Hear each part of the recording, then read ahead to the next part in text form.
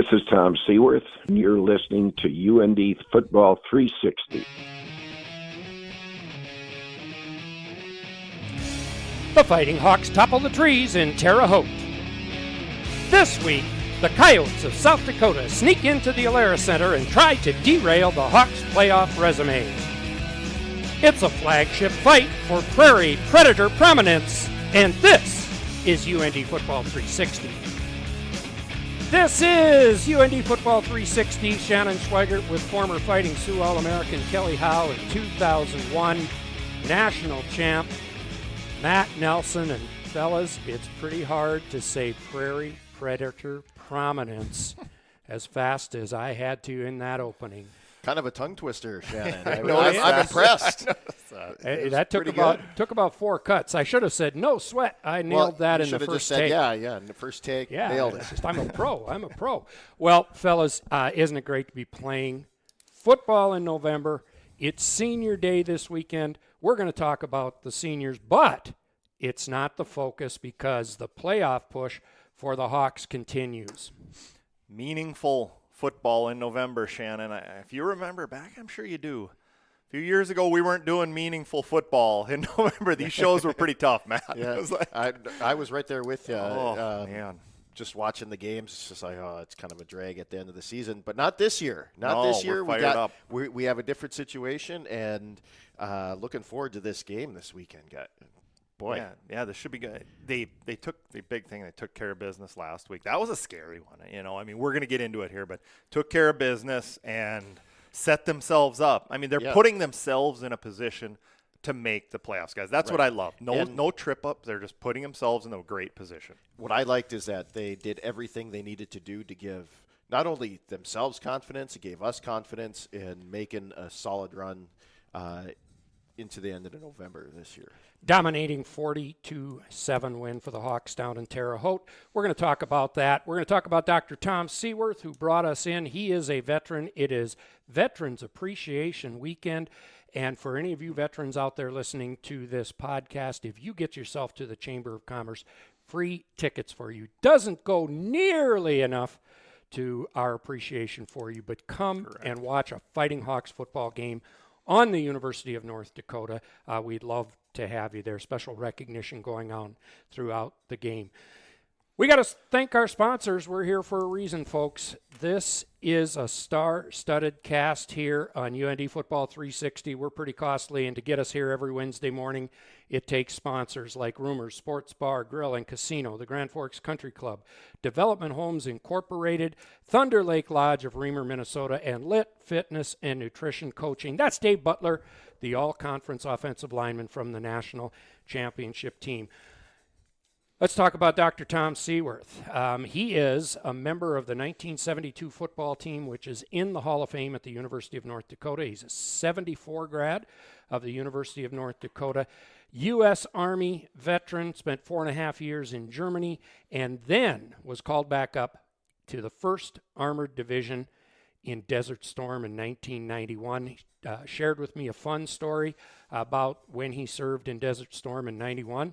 The only football games his unit was able to watch, the VHS tapes that Roger Thomas sent to the 1st Armored Division. They watched UND football. That's a great story. Any of you who know Dr. Tom, he's got a host of stories. He's got a host of anecdotes. What an incredible supporter of UND athletics, the University of North Dakota. I had a great talk with him yesterday. And Dr. Tom, we thank you for your service to our country, but we also thank you for your commitment to the University of North Dakota. Wow. Hey, I love UND. You guys love UND, and I don't even think I'm on the spectrum when it comes to love of UND compared to Tom Seaworth. All right, this guy lives, breathes UND. He knows what's going on campus. He supports anything he can. And by support, I mean financial. I mean time. He gives time, and more time.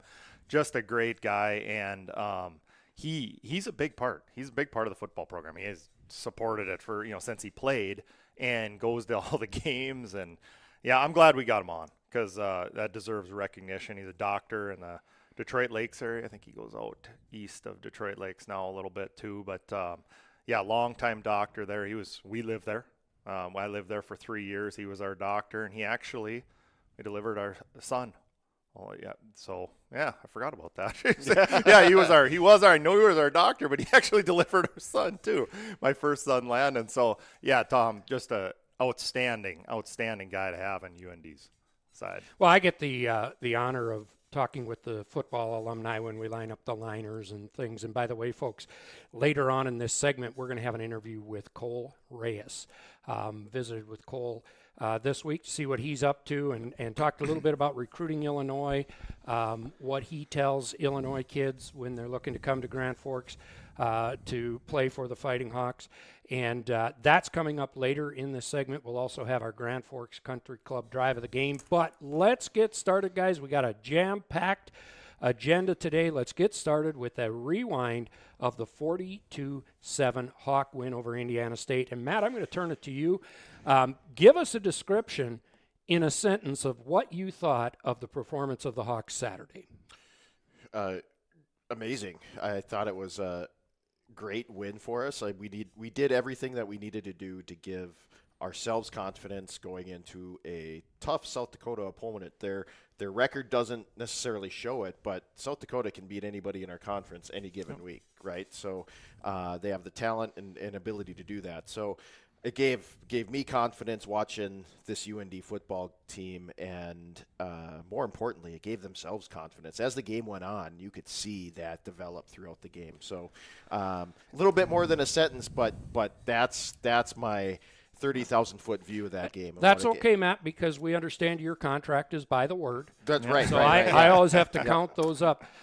Kelly Howe, you asked for a dominating performance. Did you see that? Did you get that dominating performance? Did you see the confidence that Matt talks about? Oh, it built. Yeah, just like Matt said, it was a great point. It built. It didn't start out. I mean, we scored first, and that first drive was surgical. I had to go rewatch it because I was out doe slaying.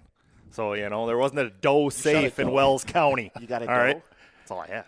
Oh. That's all I had. It's doe tags. So what do you right. do, right? It's like, but, hey, I was out. Take a hacksaw along and cut the Well, antlers. we cut it up different this year. Yeah, cut the skin head. Yeah, but it did a little different this year, but it was funny. I came running across the road, and I pulled up, jumped out, shot it. That's how you do it, Matt, right there. Don't incriminate yourself. Yeah, no. I mean, this is public record. I was off the edge of the road. Okay, I was standing all right. on the grass when I shot it, not on the center line of the road. I wasn't. You don't know what DNR federales are listening to our podcast. No, I was off the side, but no. So I was out, and I was pulling up ESPN randomly in Harvey, North Dakota. So I was in and out a little bit with AT&T's reception, but the first drive was surgical. Didn't like how, I believe it was the second drive, we gave up that long touchdown. It was a little, that had me a little on edge because they went into the wind, a lot of it, which turned out, guys, the wind ended up being nothing. 28 points into the wind. It wasn't as strong as they predicted. went 91 yards into the wind, Right. had no problem. Yeah. They were worse with the wind. Right. Most of the points were scored into the wind. Yeah, in the game. it was UND just increased the intensity as the game went on. It was crisp. You look at it, Tommy, with that wind, 30-mile-an-hour wind or whatever, 16 of 19. I mean, he had 3 incompletions, and I believe 2 of them weren't. I wouldn't even call them incompletion. I think it was the receiver's fault or something happened, or it could have been an interference, the one to Jack Wright. Well, and you talk about a 60-minute game. When you end the game on a sack, as the UND defense did, you got to run through the tape, and they certainly did. We got to see some new faces. Late in the game, we got to see Quincy run a series. So, it was good to see that dominance, some players to get a little rest, but also to get some reps for some new people. Luke Skokna, Creighton Mitchell, both made it back. Made back this week. Yep. We speculated that Skokna would be back, and he was. It was good to see him out there. Those guys, it's kind of neat. They were switching reps. In and out, in and out. So on that series, but it's good to see Creighton back. I mean, that was a long road back for him just to get on the field. That had to have been exhilarating for him. 42-7 on the road, Matt. I mean, you don't apologize for that. No, okay, I don't care who you're playing. Especially with how hard our road wins came last year. Oh, this was just a breath of fresh air to get a dominating road win like that against a tough opponent who's played other Missouri Valley teams very tough at home too. They played the Bison tough at home. So this was just a reassuring win for us. You know, you mentioned Luke Skokna. We'll get into that more later when we do the LIT Fitness and Nutrition Coaching Injury Report, but also we'll be talking a little bit about Senior Day because it's the last home game of the regular season at the Alerus Center. And I have the list of those who will be honored as seniors. And guess who's not on the list? Luke Skokna is not on the list. Senior. Does that mean he will be back for the Fighting Hawks? Little foreshadowing there. Yeah, I would think that says he wants to play more Fighting Hawks football. Yeah, I would. If he's not being honored at Senior Day, there's one surprise. Where's the other? Is Siegel on there? CJ Siegel is not being honored as a senior. See. But you know who is? He can come back. Here are several. We'll get into the full list. Yeah. Well, we might as well do it right now. Let's do it right now. Okay. Let's talk about Senior Day. Adam Zavolny is on the list. He has to have a year left. He's only been here, so has to have a year left. I think this is only his third year. No, let's factor. Okay, it had nothing to do with COVID or eligibility. No. I'm starting to wonder, is he very smart? Is he an intelligent kid? He is very smart. Is he graduating? And he's probably graduating. I wonder if there's something in the works. That's happened before. You know, we've seen guys, graduate, they want to get to dental school. They want to get to. Right. No, exactly. I get it. No, and Adam is on the list. So I'm going to run through the list right here. Ben Christian is on the list. He's Red River? Yep, Red River. He's front. You know what I like about him? Last year, he saved us. He played a lot of downs for us. This year, he's a backup. He's a Swiss Army knife all across the line. And when you see those videos of Bubba come dancing in after the win, who's front and center? Every time Ben Christian. Just loving it, too. Smile ear to ear. Just love it. Aaron Cooper. Yep. Graduate. Yep. That makes graduate sense. Transfer. Yep. Sean Fenelon. Go Jimmies. Did he only have 1 year? He only had 1 year. Okay. And he's, like me, go Jimmies. Right. Jimmy transfer. Tyler Hoosman. Boy, I wish we had 3 more years of Tyler Hoosman. Jalen Johnson. Wish we had 3 more. Well, I wish we had 3 more years of all these guys. Yeah. Jalen Johnson. A big game for Jalen down in Indiana State. It was good to see that. Stephen Keach. Oh, Keach already? Keach already. Tommy Kimball. Okay. Kimball. Devin Shanowski. We're going to miss pronouncing that name. Devin Shanowski. Garrett Mogg. Seems like a lifetime. He started in about 2005, I think. Garrett came. Jalen Morrison, big goose egg, big zero. He's put in a lot of Mogg and Morrison have played a lot of reps. They have played a lot of reps. A lot of quality reps. Cade Peterson. Now, with that announcement that Cade is a senior, in the next 2 games, we have to get 2.5. Well, I don't know. Fake punts. I don't know what to they get want. To 5. What do we want? What do we? I don't know. I'm ready to give up, Matt. Go, man. Reduce it just 1 this season. We're going to save it for a really big moment. Yeah. Go Mandan Braves. Trey Steckler. Yep. Tight end. He graduated last year. Yep. So he'd be in. Brady Stevens. Kicker. Okay. Kicker Brady Stevens. Yep. MVJ. Marcus Vaughn Jones. That went quick. Yep. MVJ. Could that be early? See, some of these guys could come. You can't tell me several of these guys don't have anher year technically. Here's what may be happening. They maybe haven't made their decision yet. Could be the case with MVJ and Zavolny. Donnie Ventrelli, the current offensive lineman of the week in the Missouri Valley Football Conference. Donnie, you know what's going to happen with Donnie, and then we start his Sunday watch to see if Donnie, he's going to get a shot. Caden White, obviously injured. What a great season. Unfortunate injury that he had. Unfortunate. Career. Smart kid. Injury. Got a big future in front of him. Part of our Sun Prairie, Wisconsin connection. And then, of course, Park River's own Adam Zavolny, which we hope is that he still has some time left. We don't know. You know, folks, you may say we have a crack research staff here at UND Football 360, but with COVID, who the heck knows? Right. Well, that's what I'm sitting here. That's why how do you even calculate that? We're commenting on seniors, and we don't because of COVID. I mean, normally in a normal year, great career, great. We just black and white, right? Right. Hey, so Coppinen got another year then. Caden Koppinen is not going through senior day, so he must have another year. He must be Because he's been here quite a while. He's been here a long Same time. as Caden White. They're the same age, right? They're buddies. the same age. Yeah. They're So, buddies. They came in together. So that tells me, okay, all right. Yeah, see, I was waiting for you to say his name, and I'm thinking, Nope. okay, well, all right. No, Caden is not So another listed safety on the back. That's good. senior list. And again, it could be, there's about 3 guys there that we think may have some time left, but they may just be making their Here's decision. the thing, too. If you got it in you. Okay, I know by the end, Matt, you remember this. It's about time to move on, right? I was that way. Weights, winter weights the year before it's a your lot of last. work. It's time to shut it down. Like I was about done. I didn't want to show up to anything anymore. I just wanted to play that last year and be done. Yep, I'm body's, strong enough. My I was knee never hurts. strong enough, and I knew I wasn't getting any stronger. So I was like, all right, let's just move on. But at that point, I don't know. It's kind of interesting. It's like I don't know if they. Yeah, or you can be Evan Holman Jackson Turner and leave your Fighting Hawks football career with a master's degree. Well, here's that's what I was getting at. go. I'm like, well, if you got it in you for Tyler one Hoosman. more year, Yeah. and you already graduated, like some of these guys already graduated and then might have it in them for one more year, Right. a 6th year, you're going to get the entire master's paid for. That's exactly You know, or at whatever scholarship level you're at. Right. But you're going to get the master's a 2nd year. I mean, That- this day and age that's a at the pretty cost of college. That's a pretty good deal. So there might be God. some guys that are hanging on. Wait a minute, I like doing it. I'm still in good Right. shape. Oh, I if they feel are, good. yeah.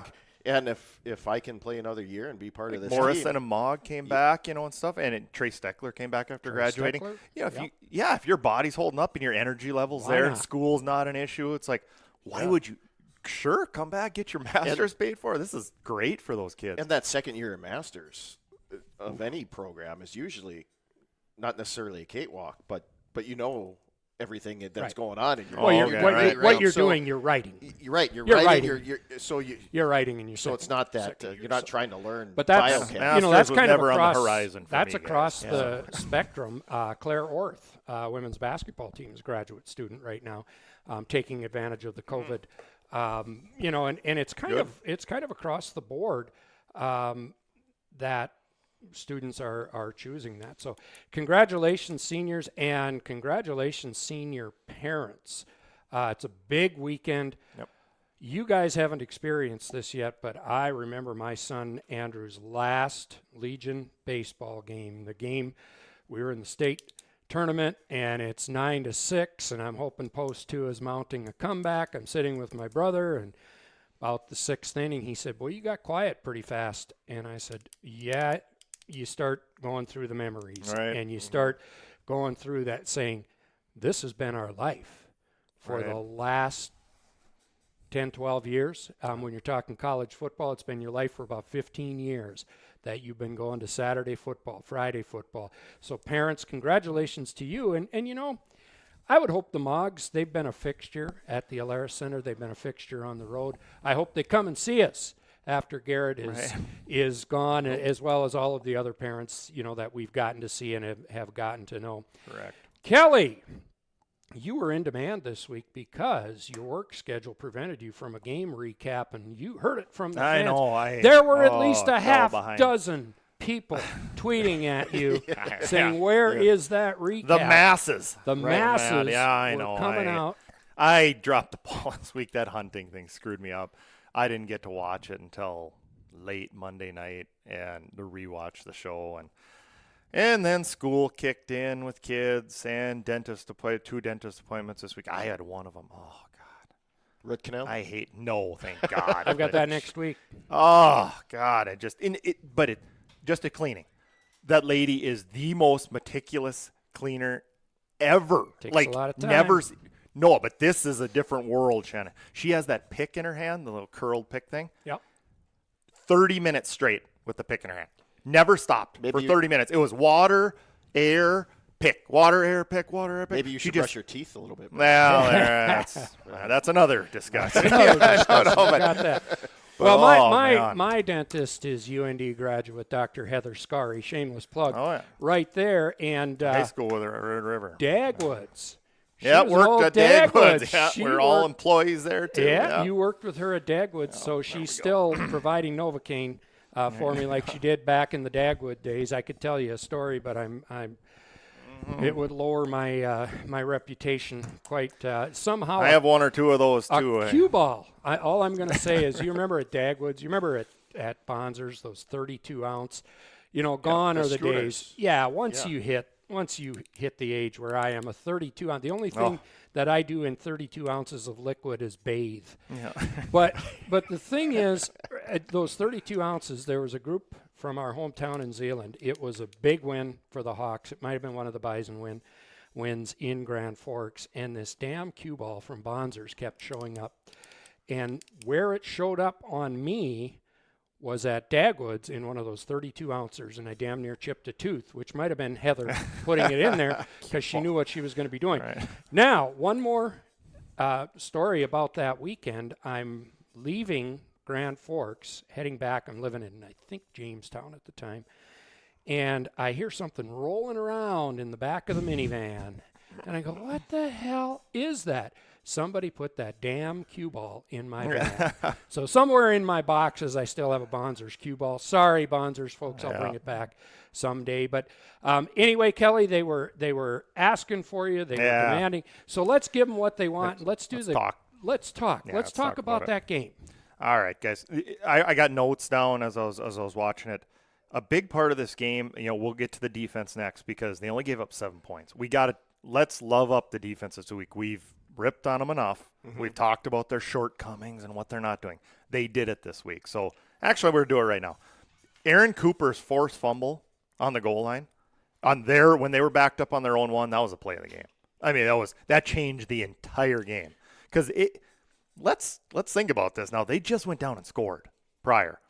If they get the ball now with the wind, is there a chance Indiana State gets the ball?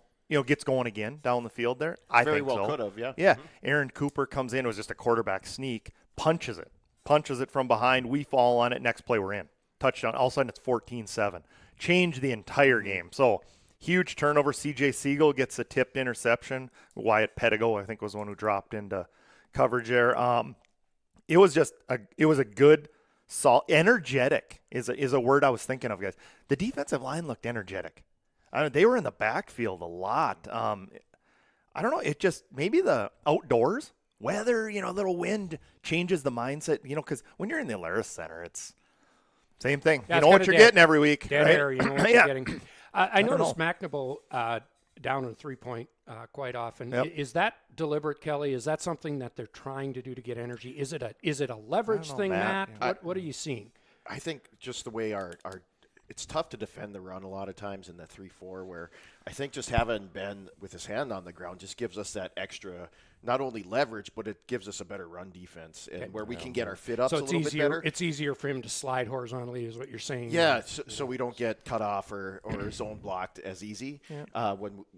Because when you're in a 2-point, it's you can get cut off a lot quicker. So okay. Yeah, that makes sense. Yeah, it was just a good defensive effort. I liked it. The secondary played well. That one drive we gave up a few passes, the scoring drive, but the other team has playmakers too, guys. The Hendricks is pretty good. That receiver and that Van Dyne guy, tall kid, he's good too. So they had good players.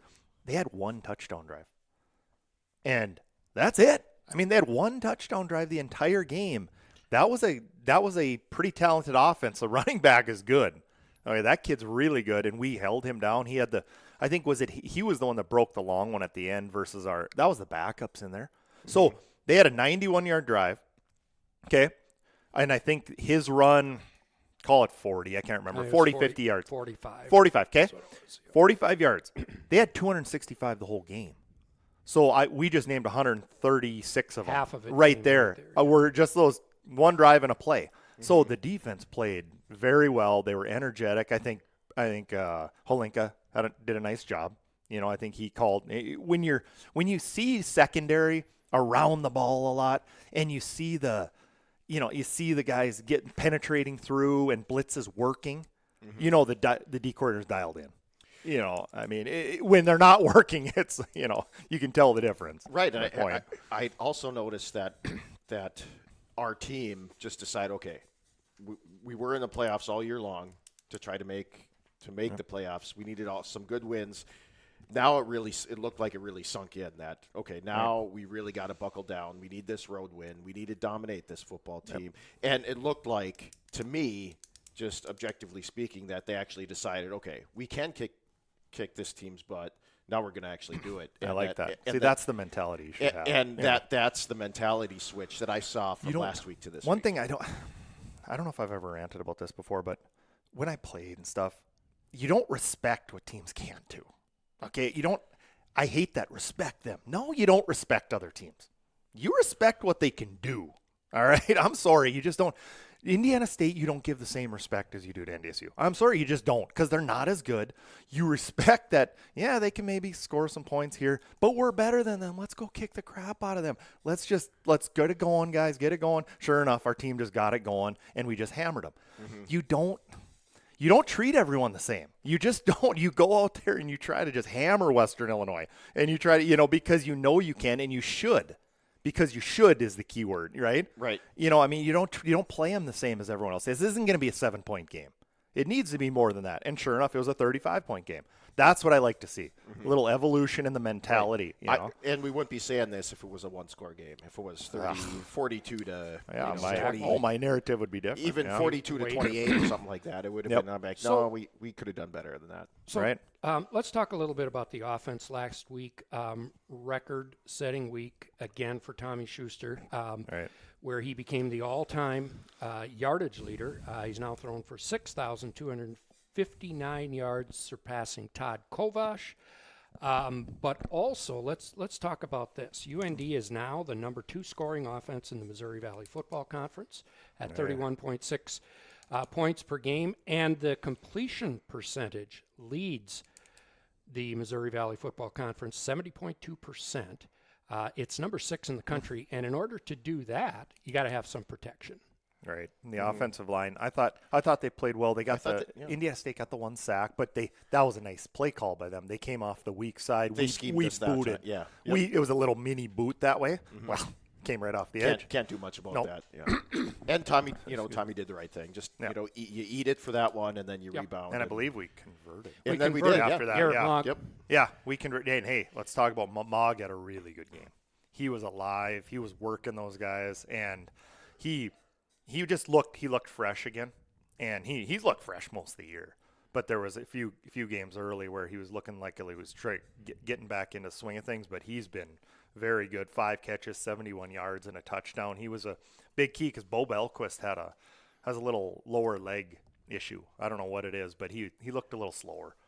Something's hampering him. Mm-hmm. It wasn't his fault, but that's something where, hey, all right, Bo's a little nicked up. He's probably going to catch some short stuff, or whatever. Somebody step up. Well, and who better than Garrett Mogg, one of your senior guys, senior leaders? Red Wilson stepped up. Yeah, got out of the backfield. Out of the backfield, Yep, Red Wilson stepped up. That guy's dangerous. Hey, 4th down. Oh, God, he is. Do you see those cuts? See, right away, though, I was noticing with him when he jet sweeps, he doesn't like to cut it up.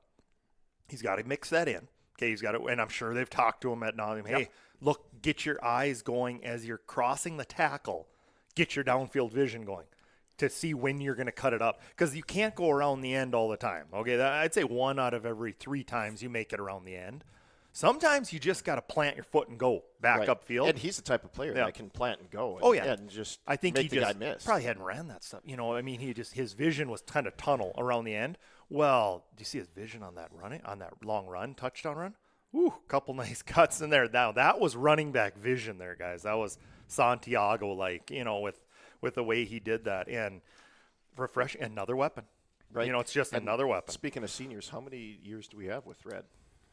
Is he I want to say 3. I think 3. I think he'll be here for a while. I think he just played 1 at Masabi range. Yeah. I think he was 1. He is from Georgia.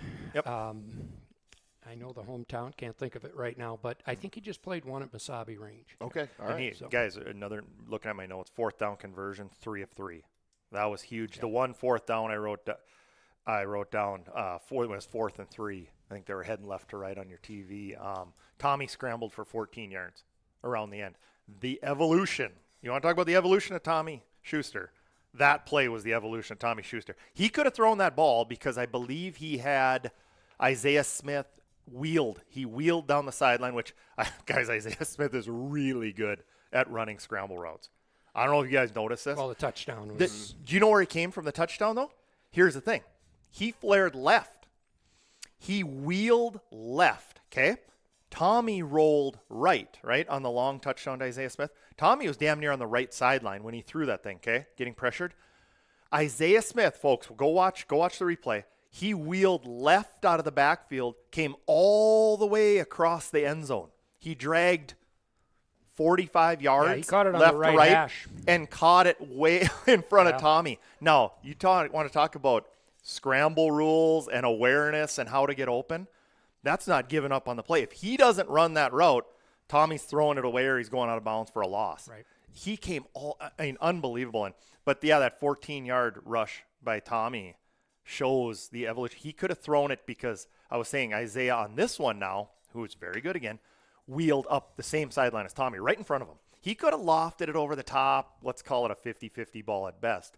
Instead, he saw the space, took off down the sideline 14 yards, and just demoralizes the defense. Exactly. When that happens. So we're watching good football out of Tommy, guys. We are, and let's see what our best drive was in the Grand Forks Country Club drive of the game. It's brought to you by the Grand Forks Country Club. It's going to snow this week, so Kelly, even the orange balls aren't going to help you this week because they're going to be under. They're Need going a to be under the geolocator. snow. Yeah. So what you got to do is turn to the restaurant and lounge in the event center, and also the simulator.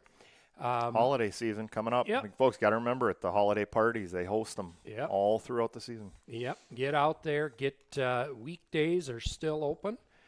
You can get those scheduled, and I always want to be sure you talk about graduation. And here's another thing.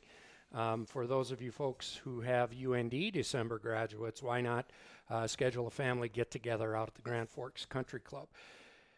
Kelly, what do you got this week for the Grand Forks Country Club drive of the game? Wasn't as easy. Wasn't as clear-cut in my mind, just because, they scored 42 points, kind of a methodical, nothing real big. Mm-hmm. But I'm going to the end of the first half. Okay, it's 14-7, 6 minutes left on the clock. The game's still a 50-50 battle in most people's mind. And 14-7, 6 minutes left on the clock. UND drives down 3 minutes 58 3 minutes 58 seconds, 8-play, 36-yard drive, puts UND up 21-7. So now you're heading into the half. All UND just had to get a stop before the half, which they got. So now you're heading into the half 21-7, and you're feeling pretty good. And I think that you get the ball. Yeah, and you get the ball. Great point. I think that kind of killed Indiana State's, juice that they had, because they had something going there for a little while. But you get up 21-7, Matt. All of a sudden it's a 2-score game, and you're Indiana State. You're used to losing. Now I'm gonna go back to this drive and say that might have sucked the wind out of them. I think that solidified our win there. I would agree with that. Being up 21, just the momentum aspect of that, and being on the road, and a confidence boost to UND too. Hey, you know what? We can score on these guys. Let's hammer it down and solidify this thing in the third quarter. Yeah, it ended with Tyler Hoosman 2-yard rush again. Tyler Hoosman, who leads the Missouri Valley in touchdowns with 12 this year. Yeah, it was a pretty methodical, nice, solid drive. The 4th and 3 I talked about, Tommy rushing for 14. That was on this drive. So this was a big series for the Hawks, and it led to the second half. We outscored them 21-0. Mm-hmm. So shut them out. It ended in a 42-7 game. So I mean that to me was the drive of the game, because it just set the tone for the rest of the game. Honorable mention. I think that in the third quarter, the 11-play, 84-yard drive with the Isaiah Smith touchdown is probably a close second. 11 plays, 84 yards. That's good. Any will that Indiana State had left, I think, was just kind of sucked out of them at that point. Gone. That just kind of broke their will. That's what you got to do. Right. That's the Grand Forks Country Club drive of the game, folks. Get on the line, get online, or call the Grand Forks Country Club, and let's get your special events scheduled there. Folks, we're really pulling these two hard today. We just went about 35 straight minutes. You guys in shape? We still rolling? We got two things to cover. Let's do it. We got two things to cover yet, and I just want to let my old timers know if you guys need a break, the host is doing all right. I get to the gym at least 3 times a week, so I'm doing okay. Here's what we got left in this segment, folks. I had the privilege of catching up with Cole Reyes. We're going to listen to that in a little bit, but then we're also going to look at the Missouri Valley Football Conference race. But let's let Cole and I take over here for a little bit. We'll give about a 10-minute break to Kelly and Matt.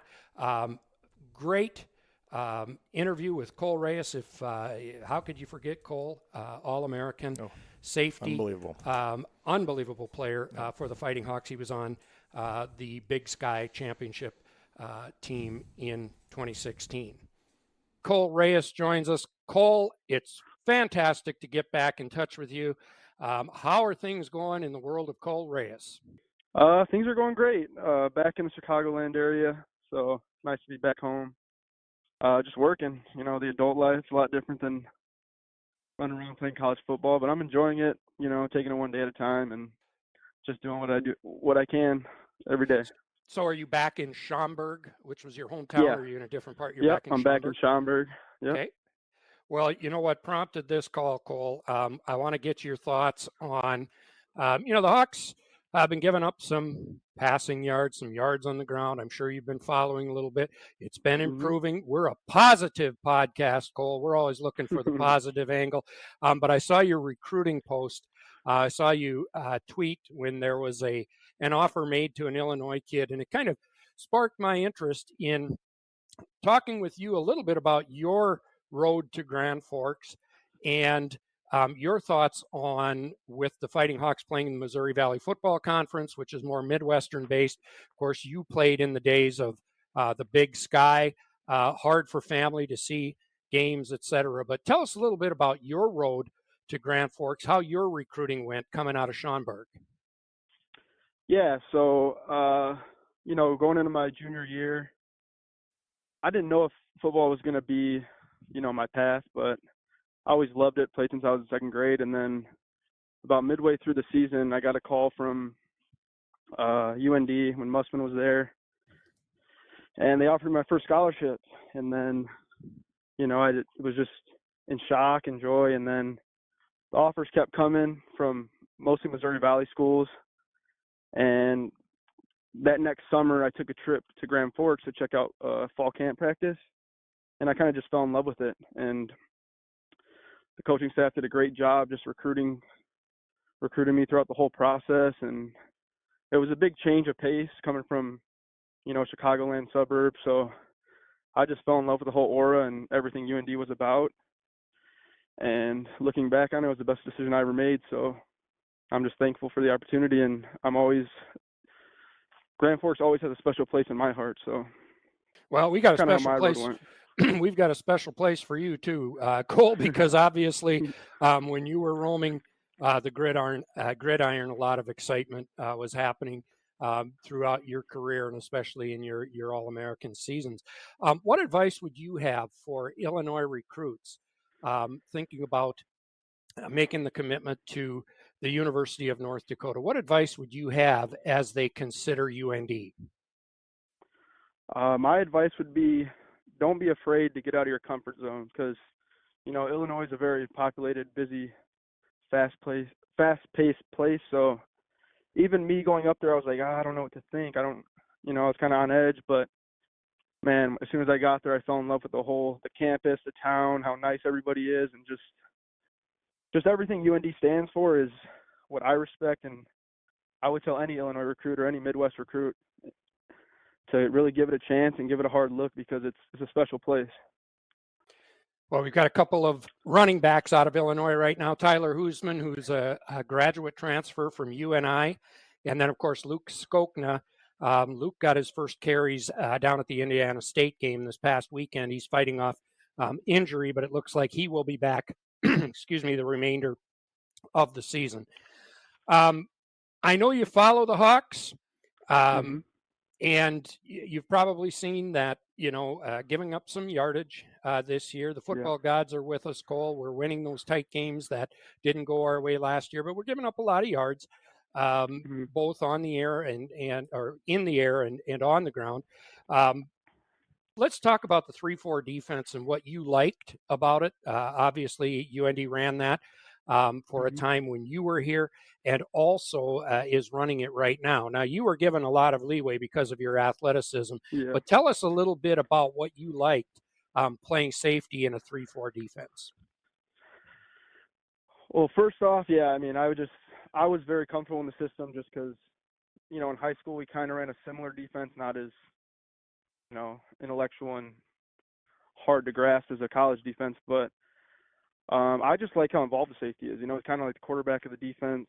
You kind of control, make the coverage calls, put everyone in the right position. So I took it as almost a leadership role, which I loved. And then, like you said, I kind of had leeway, so I could play down in the box, up high, and just had a lot of fun in that defense. And I think I had good people around me, good leadership in front of me in the front seven, but it was just a great defense to be a part of. What was the biggest risk in that defense, Cole? What was going through your head as the quarterback of the defense when you'd see various formations? What was the biggest risk, and what caused alarm for you? For me, it was mostly just there was one specific offense that I never enjoyed playing. It was a look offense.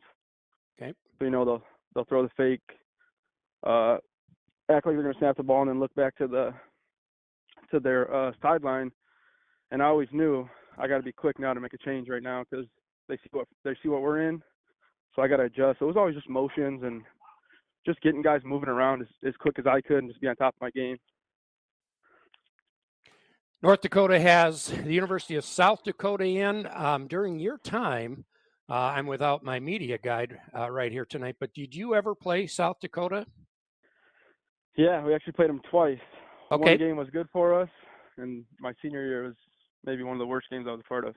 Yeah, that's right. Now I remember, and we're going to be looking. The Hawks are going to be looking to redeem themselves because last year's trip to Vermilion was kind of a snoozer as well. It came after the 26-20 close loss to North Dakota State. Then we went down to Brookings and had a little bit of a snoozer. So, what advice do you have as this group of Hawks is heading towards finalizing their playoff resume? They stand 6-3 right now. They've got South Dakota at home and North Dakota State in what could prove to be a huge game. It should both programs win this weekend. What advice do you give this group of Fighting Hawks, and in particular the defensive side of the football? Well, I always look back on it when I first came into UND, and as many fans and people that were part of it know, it was a very rough time, 2013, 2014. Just from when we came in, not very many good things were happening on either side of the ball. And then the transition to when I think of 2016, my favorite memory maybe of my life is becoming the first Division I conference champions. So I would just say, I mean, everything's in front of you. Take practice as serious as if it was a game. Get in position and practice as if you're in the real game. Get lined up, have urgency, and just really trust your teammates around you. I think that's a big thing, and especially as a defensive back, you really got to trust yourself, one, but you got to trust your corner, your other safety, and just trust that everyone knows their job. And if everyone does their job, you usually turn out to be successful. So that's kind of my outlook on it. 2016 season, that is a great memory. 0-2 start. I was at both of those games. They were that tight.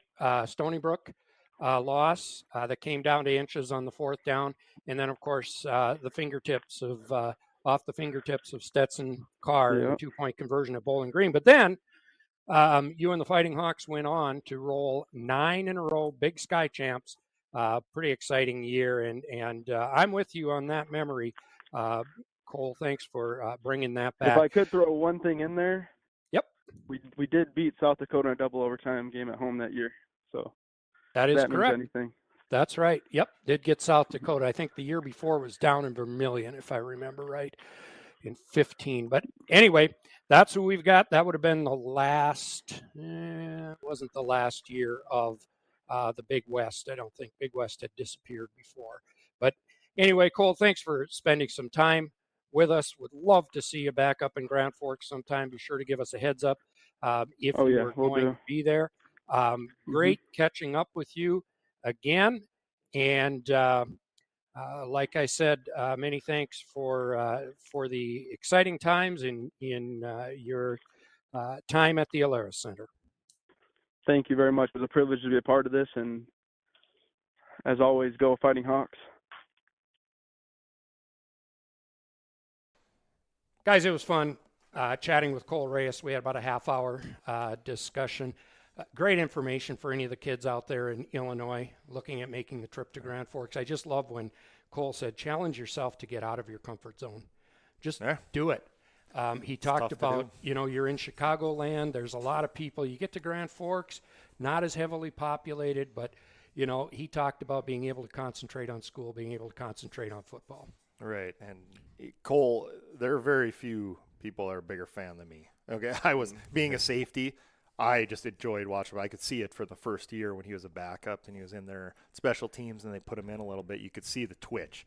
You could see the instincts. The instincts are the big thing, guys. He knew how to play safety, and he knew what the opponents were doing. And I know Coach Schmidt, when you talk to him, he just loved – I mean, who wouldn't love that as your D coordinator? You got that on your back end. Oh, I'm going to do a lot of stuff up front if I know I got that on the back end, all right? JYD. When you got a junkyard dog at safety, and, when Cole would come up to the line of scrimmage, I mean, it rattled because people knew, where's he going to be coming from? Right. Even the mental game with Cole, when he would come up, even if he drops back, the play call would be changed. You never knew where he was going to be coming from. What a great performer to watch. 2016 season, he was a Big Sky Defensive Player of the Year. Player of the Year. Oh, yeah, that's a heck of an honor in that conference. And no doubt, when you're playing Big Sky football, you need a safety that can play like Cole Reyes.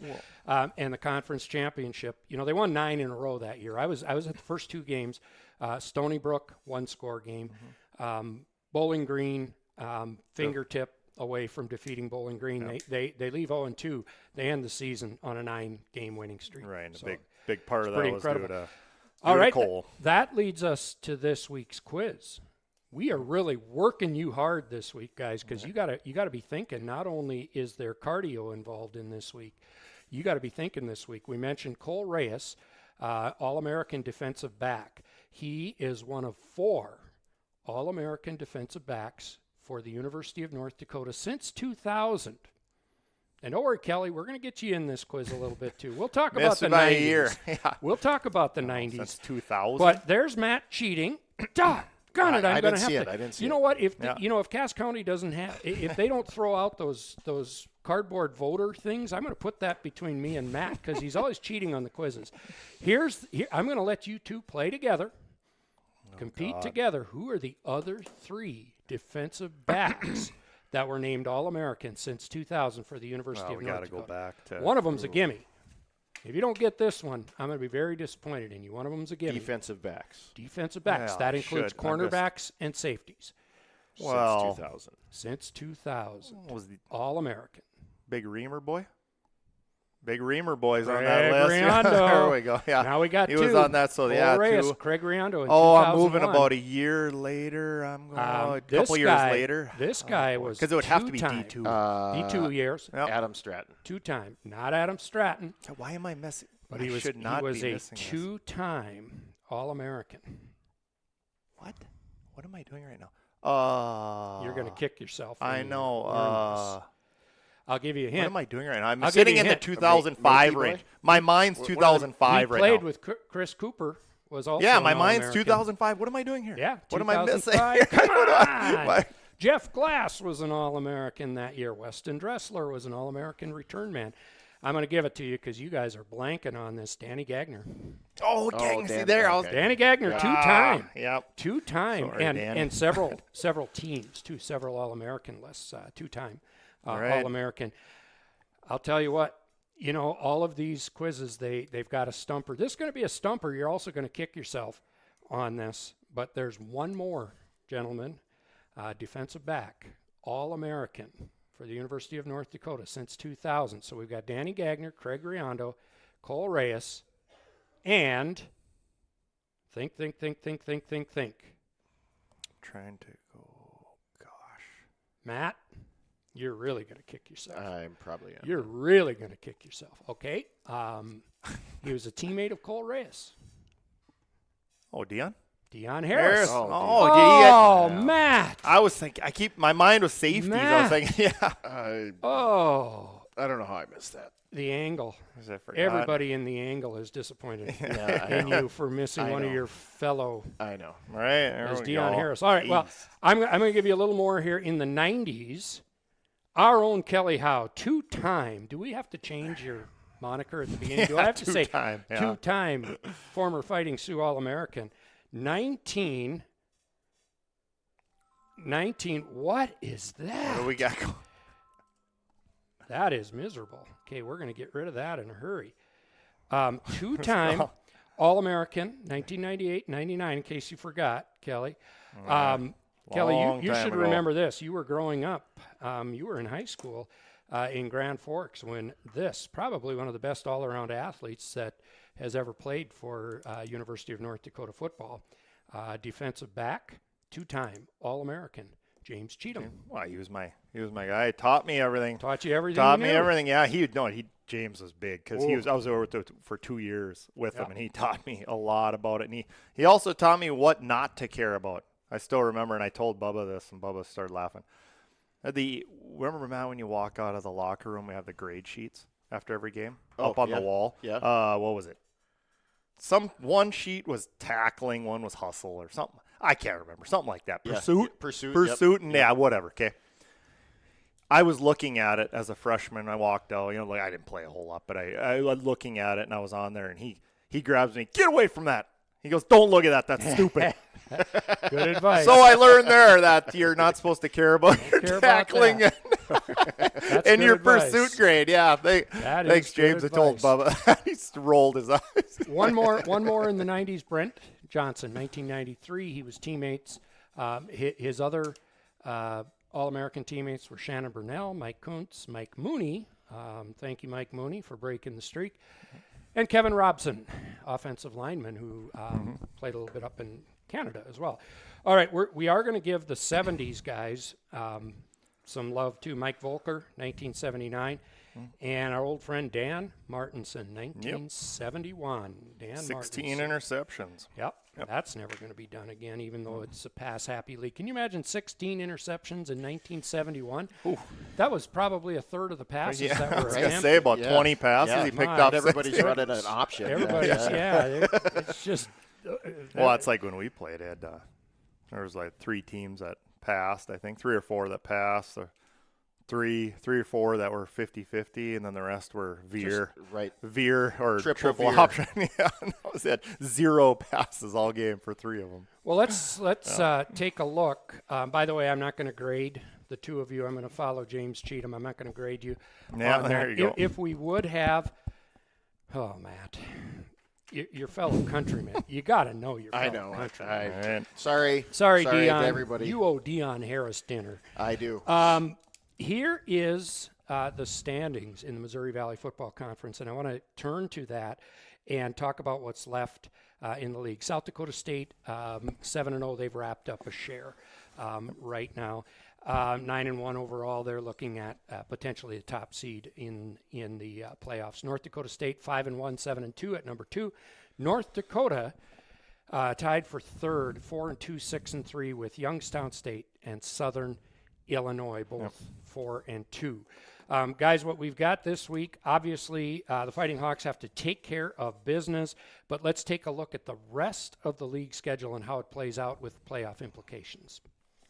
Well, okay, first one that jumped out, which has 0 playoff implications, Indiana State at Western Illinois.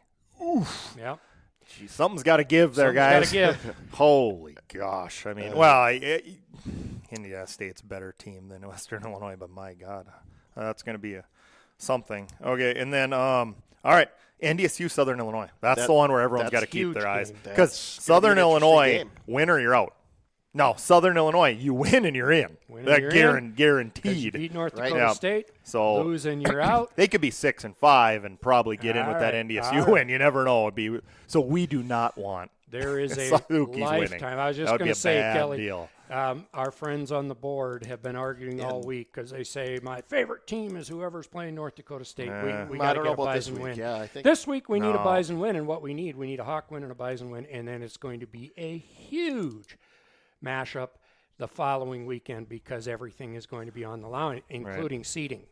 Yeah, well, there's just so many games. Yeah, I mean, obviously UND has to win, so we're already putting them at 7-3, go into NDSU, and we'll get to that next week. But I was already thinking about it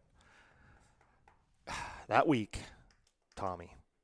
I need Tommy to have the best game of his career. He did last year against NDSU. He played okay, just average. He had the bad interception.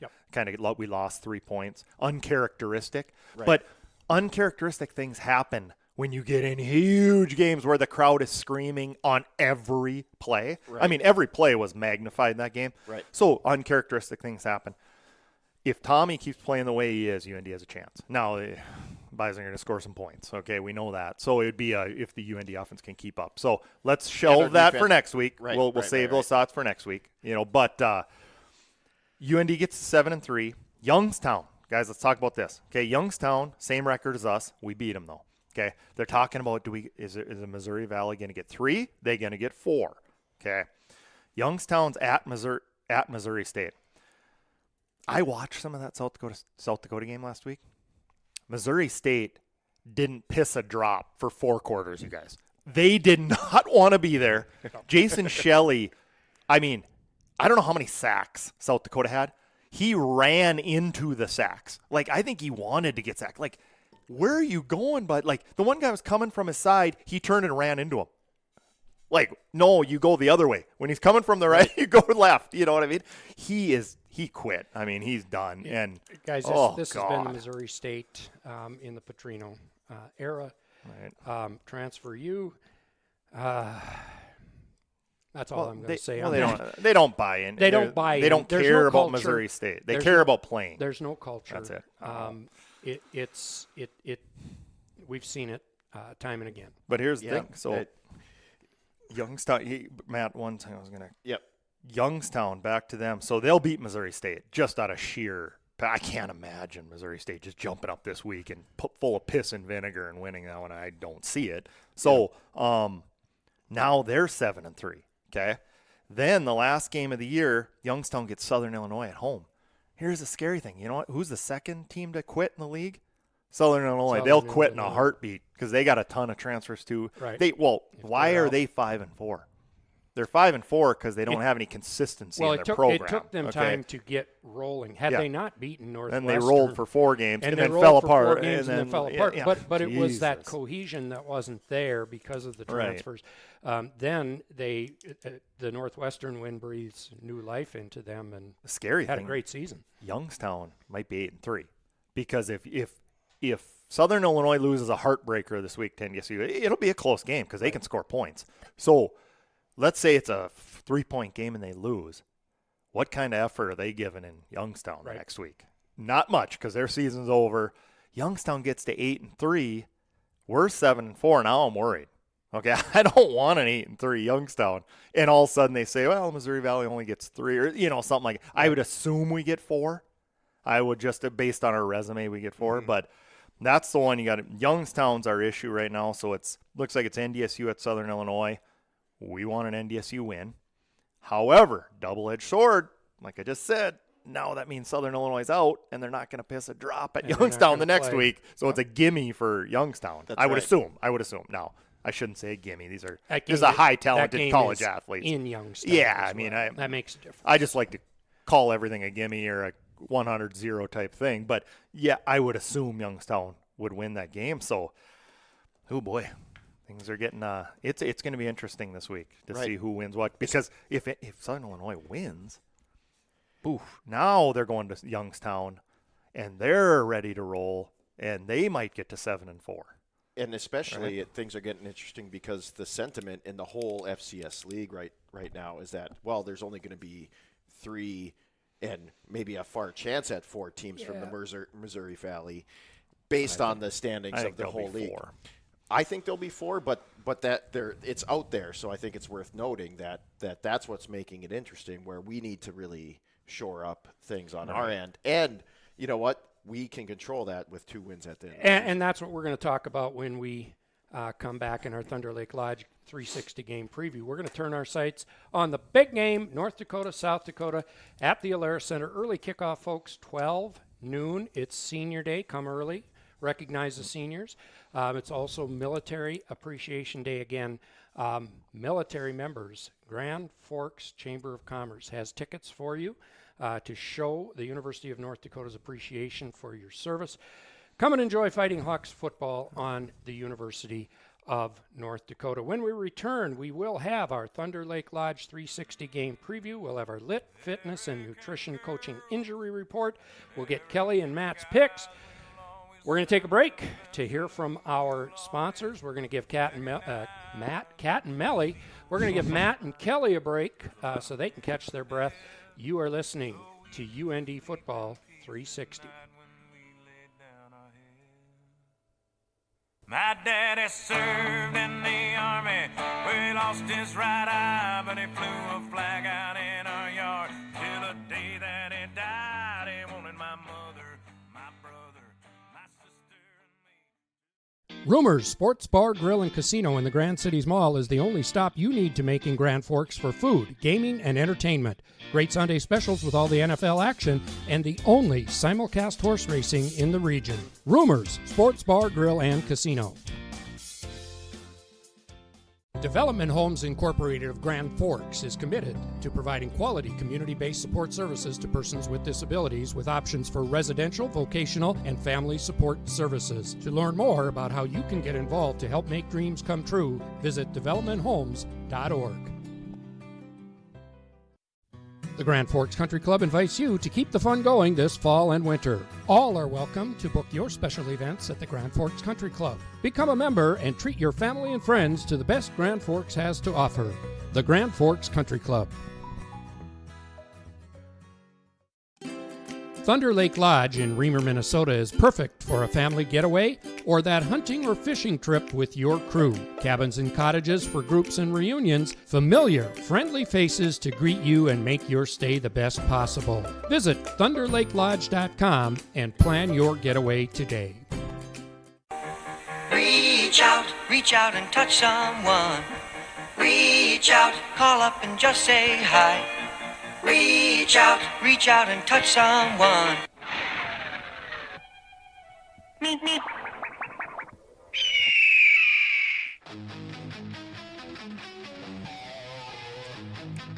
This is Cole Reyes, and you're listening to UND Football 360.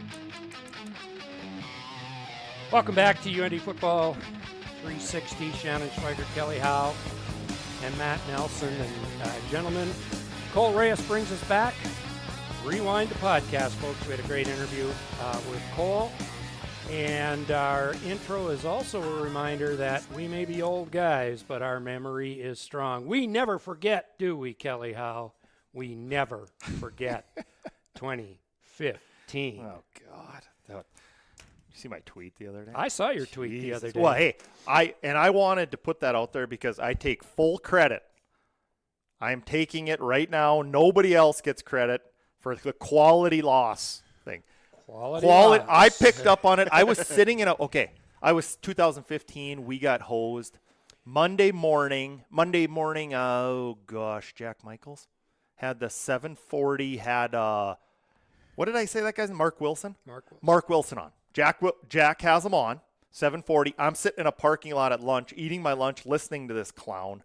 Tell Jack why UND didn't get in. And why Eastern Illinois got it. Folks, if you're quality losses. If you have forgotten, which we haven't, and we never will. I'll never forget. I'll die because in North Dakota, holding a grudge is an Olympic sport. Yeah. So what we're talking about is the 7-4 North Dakota team who had an FBS win over Wyoming that did not get into the FCS playoffs, and a 6-5 Western Illinois team, coached by Bob Nielsen, did get in.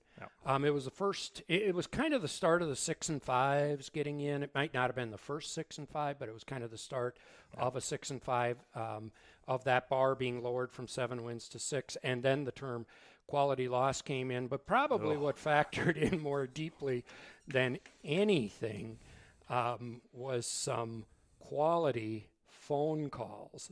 Oh, yeah. Probably factored into more than anything. Yeah, we found out later there were And some phone calls and politicking being we'll made. We'll never forget. Yeah, being made that night, and it was bad, Matt. If you want to see. I remember the situation. I just don't know the You think I get upset now. You should have seen me. I mean, as soon as I heard him on the radio say, well, Eastern Illinois, they had a bunch of quality losses. Yeah. What the hell's a quality? What? No, okay, that, I understand what it means. Now, remember, guys, that was still our Big Sky days. So we were still, the Missouri Valley. But we had never made it in. I know, but it was big. They needed to get in. It was a big, fluffy, Just for fluffy. The program. So the Missouri Valley people, down here in Fargo, even though there were media members in Fargo that said travesty, but they didn't want to call it a travesty that Western Illinois got in over North Dakota. They only wanted to talk about Eastern Illinois getting in the Ohio Valley, but both Eastern and Western Western actually had like North 2 Dakota. big wins, though. So that's why I know it was 6 and 5, but they had 2 big wins, if I recall, like top 15 wins in the Valley. They beat like South Dakota State or somebody. That's why they. So that's why they got in. So Eastern, I actually understood Eastern beat nobody, and they lost to the 4 best teams on their schedule, and the other 7 were terrible because the Ohio Valley's terrible, right? So that's why the quality loss thing came out, and I'm like, is that the new thing? And then we went crazy on it. Now you see the national media people joking, hell, I know the quality losses, ha. Right here, thank you, you're welcome. Because if we didn't blow that up and turn that into a national joke, it might still be used, honestly. Because it was like, this is ridiculous. So you got to beat someone. You have that's to. Exactly somebody. Right. Yeah. So what we're going to do now is choke down our bitterness a little bit Yeah. so we can finish segment 2. And this is the Thunder Lake Lodge 360 game preview, Reamer, Minnesota. There's snow in the forecast. That means ice fishing is coming. Let's get scheduled with our old friend Craig Riondo at Thunder Lake Lodge. Yeah, perfect time of the year to switch over, get your ice fishing poles out and get all that stuff ready. So no better place to go in northern Minnesota, Thunder Lake Lodge. Just drove through that country last weekend, going to my deer camp in northern Minnesota. Beautiful area even in the winter, and there's no ice forming yet, but there will be soon. So make sure to get out there. Well, let's set the stage. North Dakota 6-3, 4-2 in the Missouri Valley, hosting their old rival from the NCC days, the South Dakota Coyotes. Coyotes are 3-6 overall, 2-4. They are a good team, folks. This is the 99th meeting. North Dakota leads the series 62-31-5, and get this stat: North Dakota has won 14 in a row in Grand Forks. That's what I was looking at my preseason write-up. I like to go back, and look at the preseason write-up. USD may not have a lot left to play for at this point after navigating a hellacious schedule. True. Yeah, Check. yeah. That was they've had a bad schedule. Everyone knows that, but let's point to it again.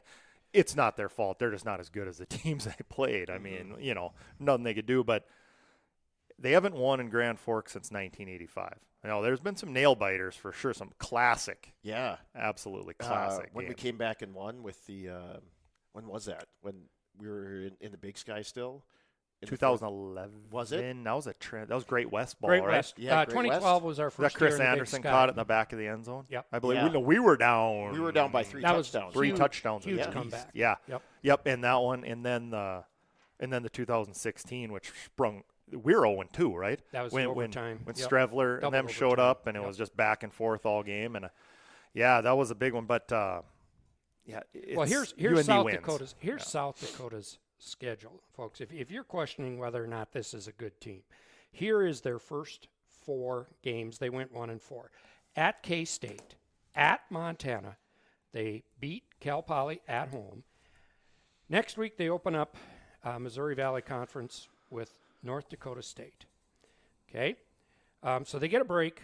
They have a week off on October 1st, and then October 8th, who do they play? South Dakota State, followed by Illinois State. Then they get a quality win, Southern Illinois. They beat Southern Illinois. And then Youngstown. This is a brutal schedule, folks. You know, you can't do anything about your conference. You can't do anything about your conference. But your out of conference is your money game. K-State, who's really playing well this year. I mean, hell, they beat Oklahoma. And then you go on the road to Montana. Now, the Grizz aren't what we thought the Grizz were going to be. So, in other words, the Bears back. The Bears aren't who we thought they were going to be. So we don't have to let them off the hook. But the Grizz aren't what they thought. But it's tough. Pretty to good. Play you got to play at home, win there. Right? You just don't win there. They weren't scoring either. Although South Dakota couldn't score. Idaho did. Yeah, Idaho managed to get a win. But anyway, folks, 12 p.m. kickoff, get to the Alerus Center. This is a very, very good University of South Dakota team. Yeah, good defense. I mean, I'm looking at my notes. We'll start with their defense. Solid defensive line again, which kind of consistently you've heard that out of me every week, right, man? I mean, Missouri Valley, they just have good defense. They do. There's no weakness really in any Missouri Valley defense. I mean, you still have to be able to block and take care of business on offense. So right, and I remember in the Big Sky days, you could watch the tape and you'd see, defensive lines kind of pudgy, short, weak. You could kind of pick out the weak links in there. Right.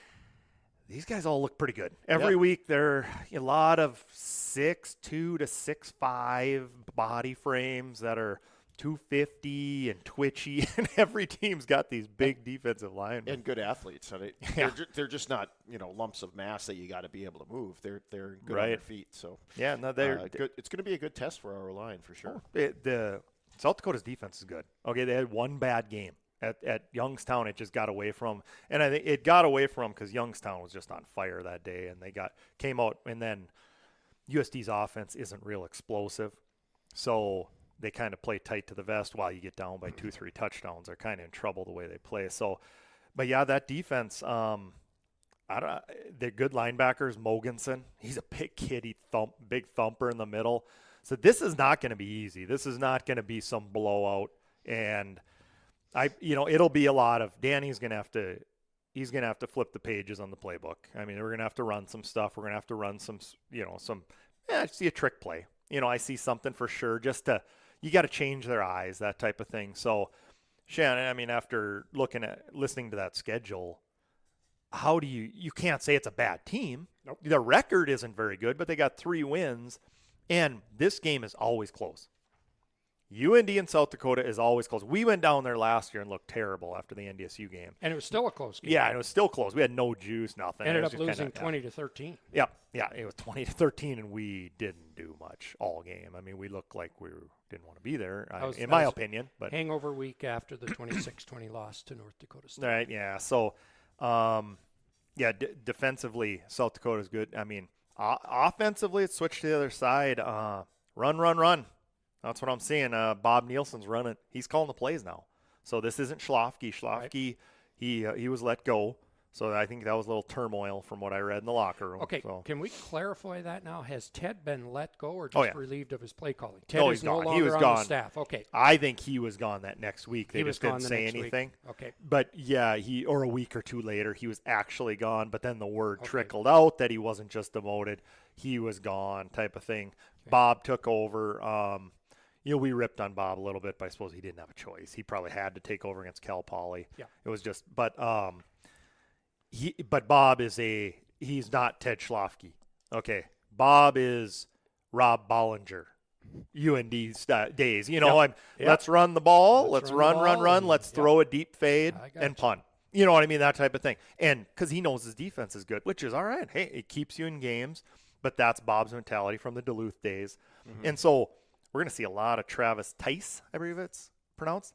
He ran all over us last year. Theis. Yeah, Tice, big kid, physical kid. I mean, not tall in stature, but thick.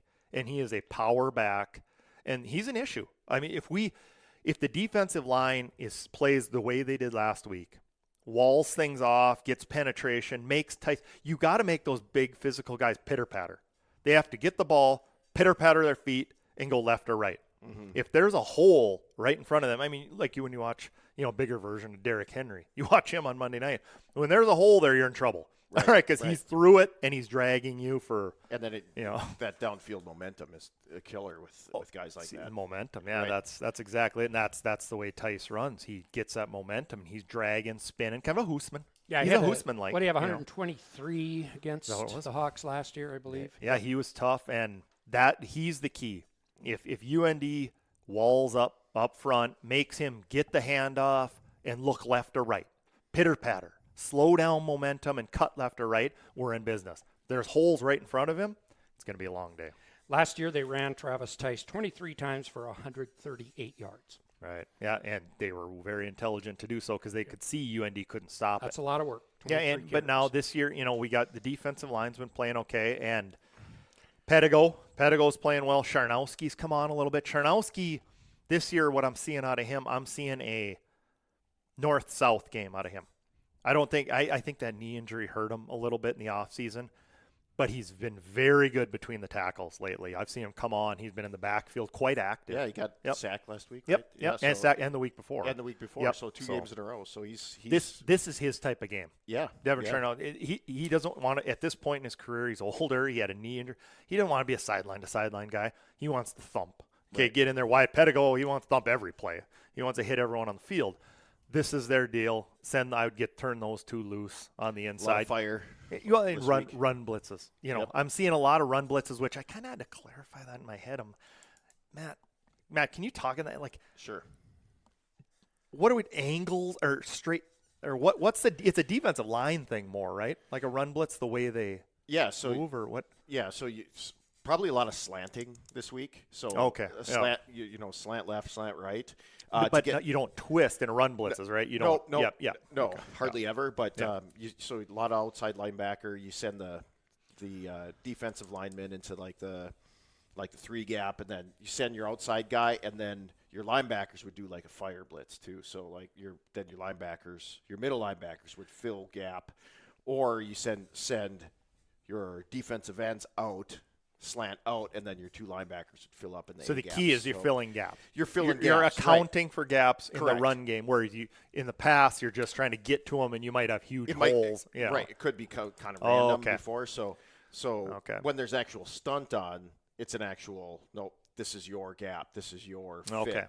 And I think that's what we're going to see this week. We're going to see run blitzes versus now 3rd and 8. Obviously, we're going to be bringing more guys, and like I said, so after those run blitzes, let's say we get them into 3rd and 12, hopefully we get them into that. Now we're getting the crazy stuff. Is that we're getting exotic?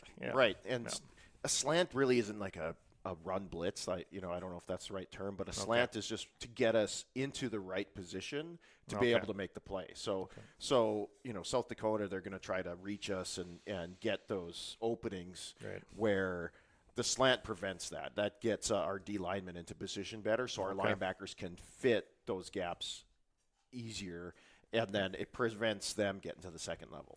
A key thing I've talked about in the past, guys, is our zone coverage is not that great.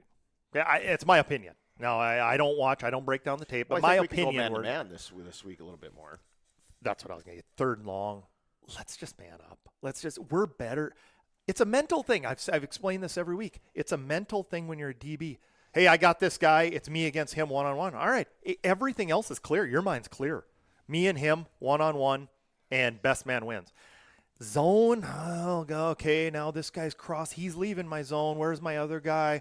And now you're worried about a bunch of players. You're worried about where's your outside backer? Is he dropping underneath? Is he going to force the high throw for me? And with a couple younger guys in our secondary, you're thinking, well, I just don't want to make a mistake. You're on an island. Right. No doubt. So, that's the downside. That's the downside. So, like you said, when you're manned up, like, okay, this is my guy. You feel comfortable. Give you a little bit more confidence to be able to, if I lose them, that's my fault completely. And the key here now to this point is, I like when we bring pressure, and I know you can't do it all the time. So we zone pressure a lot, which teams know we do that. But I like the man-to-man pressure. And Aiden Bauman, who's taken over at quarterback, we got to talk about him. Big kid out of Buffalo. I played against his dad actually when he was a senior. When I was a freshman. St. Cloud State. Todd Bauman. Todd's kid. He want to talk about a rocket arm. Todd Bauman. Oh, my. I think he had one of the better arms in the NFL when he was there.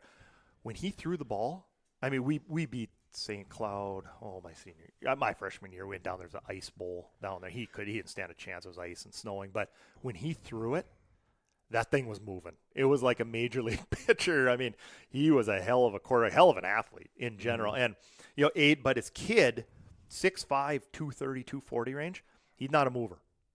He's going to be back there, catch the pass, turn, throw. He's not going anywhere. So this changes mentality now, Matt, when you're rushing, right? Correct, yeah. So when you don't have a quarterback that's super mobile, you can actually pin your ears back a little bit more and get after him because, he's not Tommy Schuster. Your destination is set. That's right. He's the destination instead of the destination changes every 2 seconds, because he's moving all over the place. Right, yeah. He's not that zone option quarterback where he's running all over the place. So, yeah, I'm excited for our linebackers and our D linemen because they can pin their ears back and get after it this week. The weakness in my mind of this offense, we've said this a few weeks too, is their offensive line.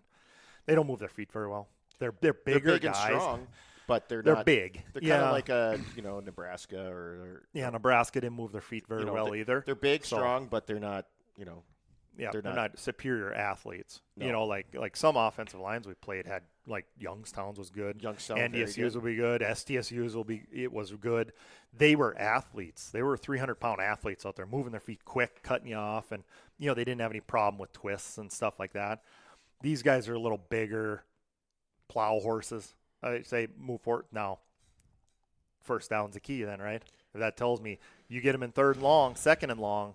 Now Bob Nielsen's out of his comfort zone. That's right, and we're back into our comfort zone. Right. So that first down. We talked about that this year too. It's like I don't want to be a broken record, but that first down is so important for us on defense this week. Well, let's flip the script a little bit. We've talked defense and what we expect the Coyotes to do offensively. What are you expecting out of Danny Freund, Tommy Schuster, and company for the Fighting Hawks?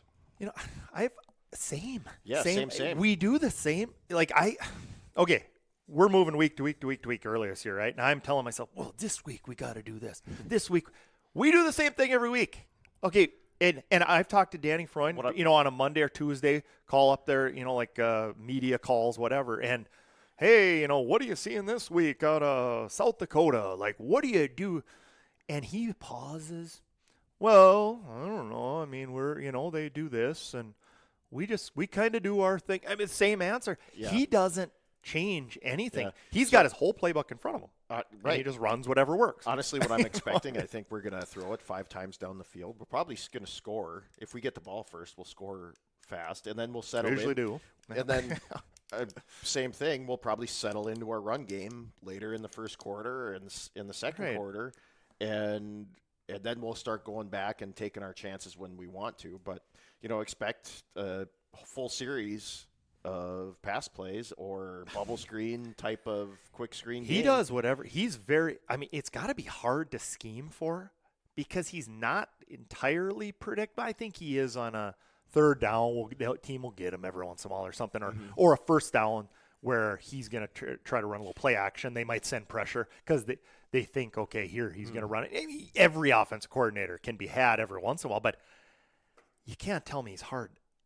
That's hard to scheme for because he runs every formation in the book. He runs every play in the book. He has all guys all over the place. He's got motions. He's got jet sweeps. He's got trick plays.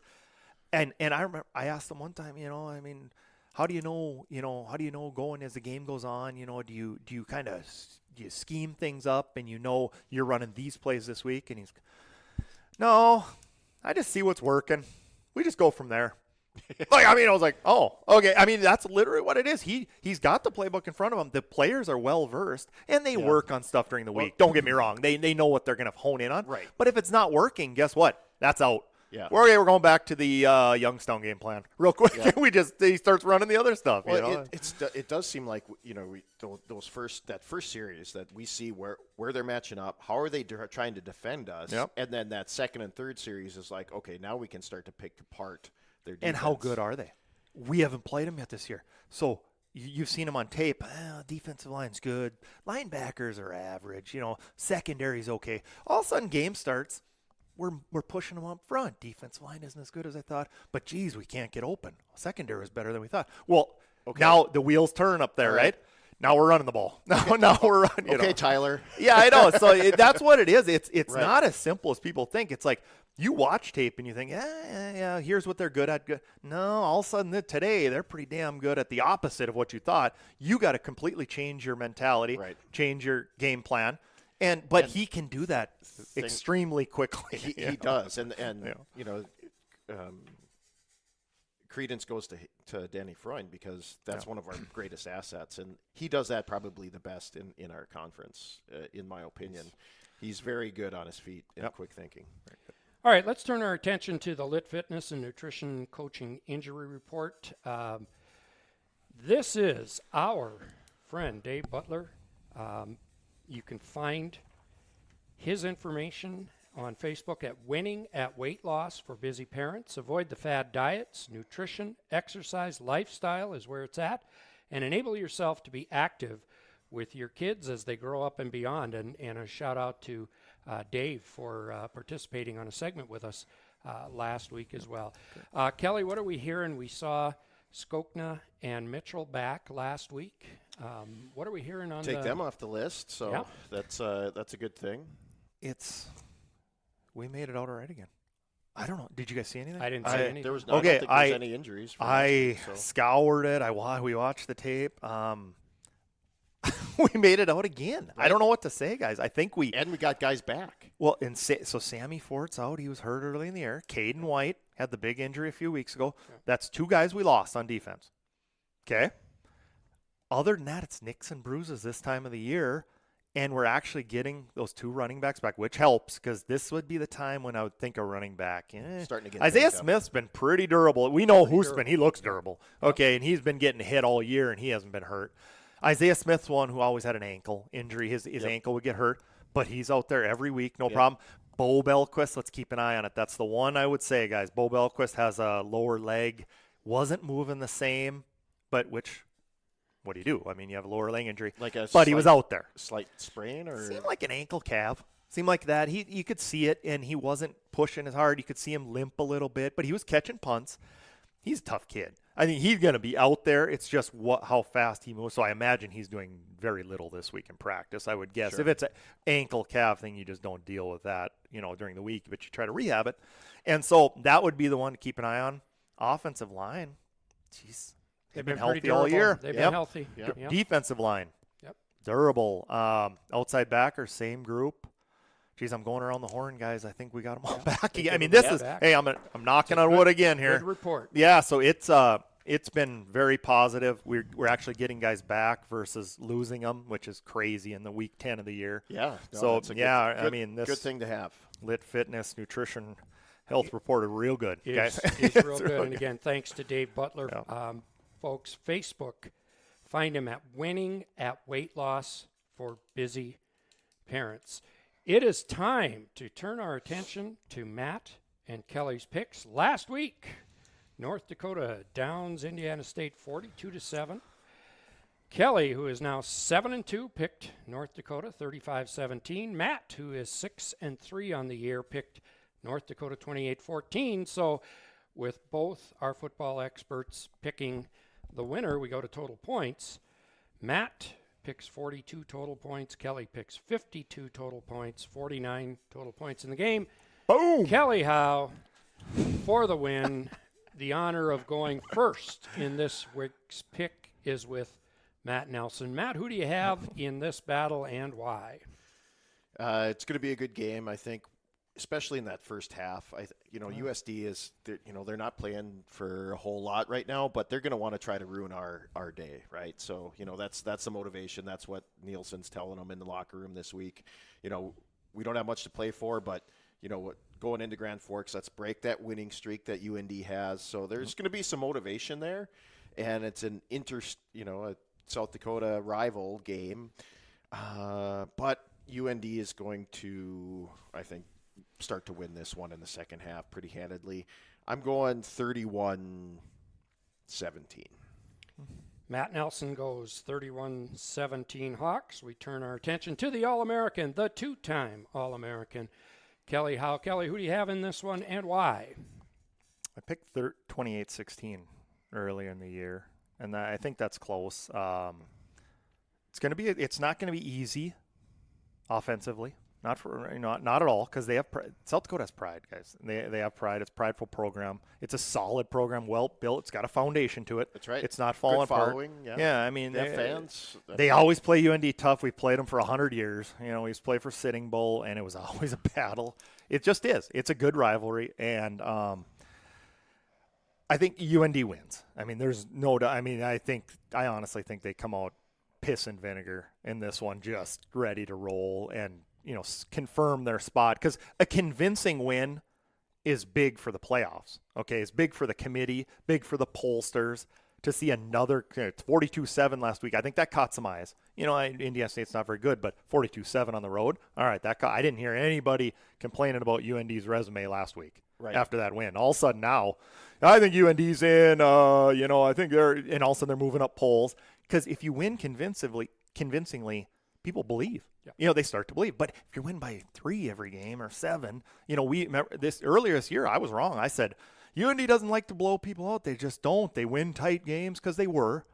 But now they've had 2 blowouts this year. Right. Okay, 2, and that's good. That's a good evolution again for the program. So this one, not a blowout by any means, but the motivation. Okay, the key to the motivation is obviously in Grand Forks. I mean, they have everything to play for. South Dakota has nothing to play for. They're going to fire. But another thing I wanted to point, I didn't do it in the game preview. Bob Nielsen doesn't run a lot of trick plays and stuff. He doesn't take a lot of chances. I mean, he might. I mean, obviously in this one he might. But it's a static game. Defend. Hold on to the ball, and you win the game. It's not going to be some crazy, wild, fast, of just plays all over the place. We'll run crazy stuff, but they're not going to. They're going to try to methodically beat you. I think UND's ready for it. I think it's a good matchup for us, just because our secondary isn't going to be tested 55 times a game. Okay, then we're going to be tested probably 20. I mean, honestly, they're going to run the ball a lot, and that's the way Bob runs it. So I had 28-16. I'm going to stick with it. Let's just roll. I don't see a reason to change it. Let's go 28-16. Hawks, 7-3, solidifying a place in the playoffs, I believe. Now you're going into the Fargo Dome with house money, and Tommy and the boys put up some points, have a little fun down there, and try to pull off the upset. Playing proceeding. So the All-American goes 28-16 Hawks. Both are football experts picking the Hawks this weekend. The host never picks the game, but he does predict something to watch for. One, the Coyotes are going to be tired because the bus is going to get stuck in the snow at Hillsboro. Ooh. So that's going to be an ugly drive. Bring your shovels, boys. Bring your shovels. The offensive line is going to be tired. But here's the 2 things I'm really looking for. I'm going special teams this weekend. Red Wilson breaks a kickoff return, and North Dakota blocks a punt. North Dakota blocks a punt. Blocks a punt, all right. I'm going special teams. Did you say block or fake? Blocks, not fakes a punt. I'm going to keep pushing and just. I think there's. I'm waiting for a fake in the Fargo Dome on the. No, we don't use the fake this week unless we absolutely need it, because then you're giving it away. Unless it's your B fake, you save your A fake for later. Right. You run your B fake. Yeah, you make them prepare for it, and then you take it run it completely different. Yeah, you run it. You throw it like Kate Peterson threw a couple of years ago. You throw it instead of having them run. But I'm calling for it, guys. We need it. I need a fake punt. We need it. We set 2 records at UND Football 360 podcast. We went over the 90-minute mark. We've never been there. That's endurance, folks. Yep. When you get a bunch of old guys and we can talk 90 minutes, that's endurance. And quality. The other record we set was Kelly Howe said the term piss 3 times. 3 times in one podcast. That's a record.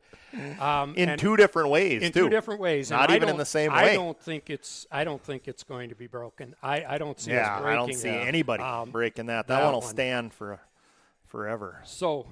Yeah, one final thought, too. I was able to be interviewed by my nephew down at Arizona State. He's in broadcasting. He wanted to interview me for UND Football 360. So nice. James Wilder Adams, Jay Wild, down there. He interviewed us, and he gave us a good shout out down Really? on their radio down there. Okay, for good. UND Football 360. Helping, so there you go. We have some Arizona listeners and down helping there, the next so generation of that's broadcasters. right. So That's James, always great important. job. Thanks for having UND Football 360 on his broadcast this weekend. You know, let's recap. It's an important weekend for the Fighting Hawks, but it's an important celebration. It's Senior Day. It is Veterans Appreciation Day. Early kickoff, folks. Noon. I'm kind of warming up to the noon kickoff, especially late in the season. Big time. It's kind of nice. 11 a.m. is the pregame on the Fighting Hawks Radio Network, home of Economy Radio Network. Jack Michaels, Tom Dosh, Paul Ralston, and special contributions by Coach Mike Berg. And then if you're a TV watcher, we have Ryan Kosowski and Brian Sean on Midco Sports, noon on Saturday. Early kickoff, folks. Get to the Alerus Center. Might be light tailgating because it's going to be a little rough. It's going to be a little rough out there. A little chilly. That's why we built the Alerus Center. It's Correct. indoor football, folks. Come and enjoy some indoor activities. You know, that's a lot of work, but we're still going to give you guys your last thoughts. We're going to go with the All-American first. Final thoughts, Kelly Howe. Winning in. Winning in. Folks, get out. Simple Not as much that. weather's going to be bad. Winning in. Matt Nelson, what do you got? Let's do this. I mean, we're in this situation for a reason. We played hard all season. Let's finish it. Let's get some confidence going into the Fargo. The UND Football 360 podcast is recorded at the Three Run Single Media Studios in Rocking Horse Farm, Fargo. For more Fighting Hawks football coverage, visit UNDFootball360.com. For Kelly Howe and Matt Nelson, this is Shannon Schweigert. Kickoff is noon Saturday at the Alerus Center. Go Hawks.